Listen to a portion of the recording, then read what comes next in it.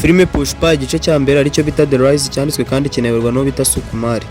Icyo utaruzi nuko Pushpa igice cya kabiri aricyo bita The Roar ari filime ya gatatu mu Buhinde yinjije amafaranga menshi, aho dusanga ko ku mwanya wa kabiri ariyo bita Bahubali yakinwe muri 2017, naho ku mwanya wa mbere twasanga yitwa Dangal yakinwe muri 2016 ariyo Amir Khan. Ubundi Pushpa niyo filime iherutse gusohoka kandi ikaba yarinjije amafaranga menshi. Ubundi muri sinema y'Abahinde bisanzwe bizwi ko abakinnyi nka Shah Rukh Khan, Amir Khan, Prabhas karibo bazwiho cyane gukina filime zikinjiza amafaranga menshi. Ariko uyu musore Arjun nawe yaratunguye kubona Pushpa igice cya kabiri kimwinjirije amamiliyoni atabarika.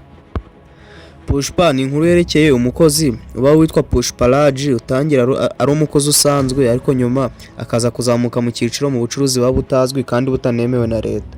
Ubwo bucuruzi nta bundi wari ubucuruzi bw'ibiti. Nyuma yo Pushpa Raj aza kuzamuka mu cyiciro kugeza ku bantu bakomeye mu bucuruzi bw'ibiti. Kugira wumve ko iyi filime irenze cyane yakozwe n'amatsinda arenze cyane. Aya matsinda ni nk'ibyo twakwita Mitri Movie na Mutam Set Media.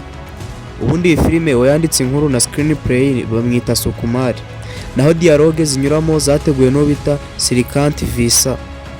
Naho ku ruhande rw'umuziki cyangwa ibihangano n'amajwi byose wumvishe mw'iyi movie cyangwa se mw'iyi filime yateguwe n'uwo bita Devi Prasad. Director w'iyi filime Sukumari yashyize amategeko akomeye mbere no mu gihe cyo gushutinga cyangwa se cyo gufata amashusho ya Pushpa, yaba igice cya mbere n'igice cya kabiri, dore ko nta phone bano bakinnyi bari bemerewe mu gukoresha, nta nubwo bari bemerewe kujya ku mbuga nkoranyambaga ndetse no gupostinga n'ibindi bintu bitandukanye. Ikindi si buri mukinnyi wese wari wemerewe kumenya uko script yose ya filime imeze kugira ngo bamwe mu bakinnyi batabaca ruhinga nyuma bakajya kwisharinga abandi. Ibi ngibi byose bikorwa kugira ngo barinde umutekano wa filime, kubera ko izi filime zifite abafana benshi baba bashaka kumenya ese zimeze zitembera uko zisohoka, kandi ibintu nta byabangamira aba producer n'abandi bose bazaba bari muri shooting. Mu gihe cyo gushutinga Pushpa abakinnyi ndetse n'itsinda ryose ryakambitse, dore ko nta n'umwe wari wemerewe kuva aho bakambitse ngo bajye gusura inshuti ab'umuryango cyangwa kwakira abandi bantu batari mu tsinda ry'akazi.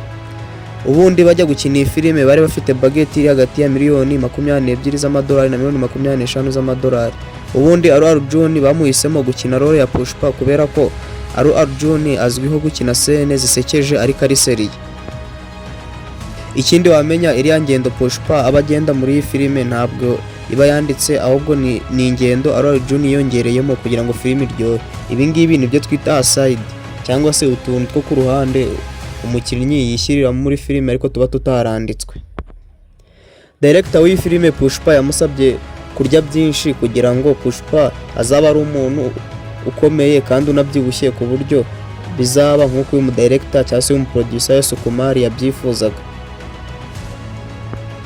Nubwo abagabo bungukira mu mafaranga ya filime baba bashutinze bakunguka amafaranga menshi, muri izi filime ziba zarabavunnye, dore ko Pushpa igice cya mbere cyasabye imyaka 2 yose barimo gushutinga.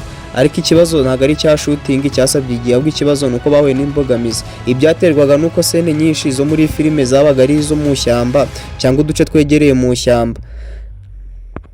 Ikindi hari inshuro nyinshi bajya gushutinga scene bakabangamirwa cyane n'imvura nyinshi y'imiraba cyangwa se bakabangamirwa n'inyamaswa zo mu shyamba, dore ko rimwe na rimwe byasabaga ko basubika bakazongera gusubukura nyuma.